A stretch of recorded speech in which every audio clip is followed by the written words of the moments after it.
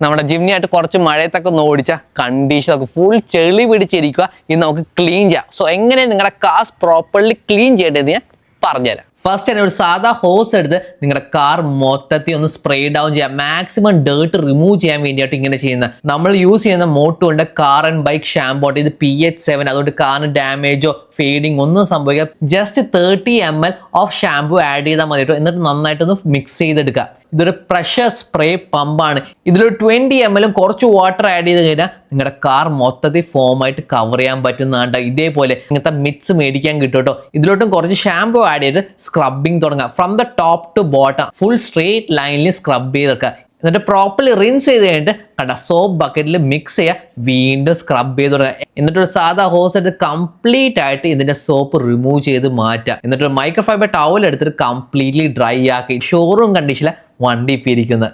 എങ്ങനെയുണ്ട് സാധനം?